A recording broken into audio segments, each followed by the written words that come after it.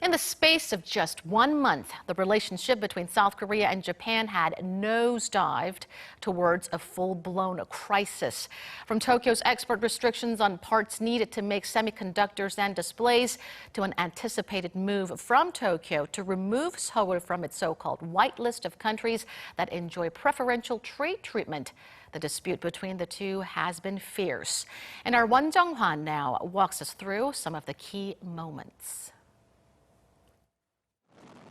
According to inside reports, some say the Japanese government reportedly decided to impose its export restrictions on chip supplies to Korea back in May. However, the trade war between the two officially started at the beginning of July. On July 1st, the Japanese government announced it would slap export restrictions on Korea on parts needed to make semiconductors and computer displays, such as photoresists and etching gas. Japan controls 70 to 90% of global production of these three materials, and it was seen by many experts that it was a punch aimed at a weak spot in the South Korean economy. After Tokyo announced its decision, angry South Koreans took countermeasures into their own hands, using social media to call for boycotts of major Japanese brands.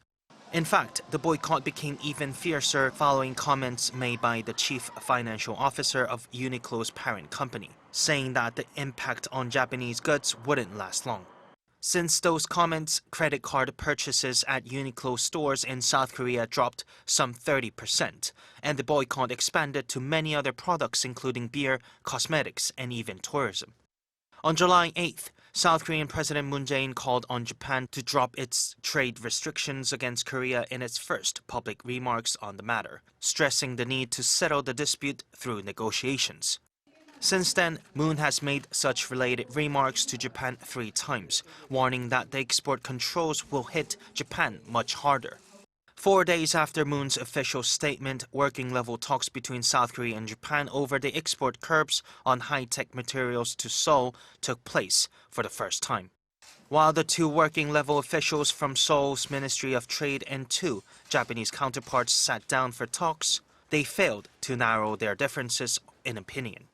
South Korea and Japan also clashed at the World Trade Organization headquarters in Geneva over the legality of Japan removing South Korea from its whitelist of trusted countries. Seoul called the export restrictions unfair, and Japan claimed its moves were necessary for national security.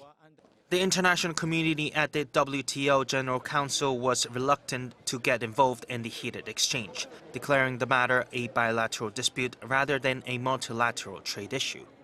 Now it has reached the point where South Korea is waiting to hear the decision made by Japan's cabinet in the meeting on Friday. Over the past months, the situation has escalated rapidly, and if Korea is taken off the whitelist, it will be very difficult for relations to return to normal. Won Jung-hwan, Arirang News.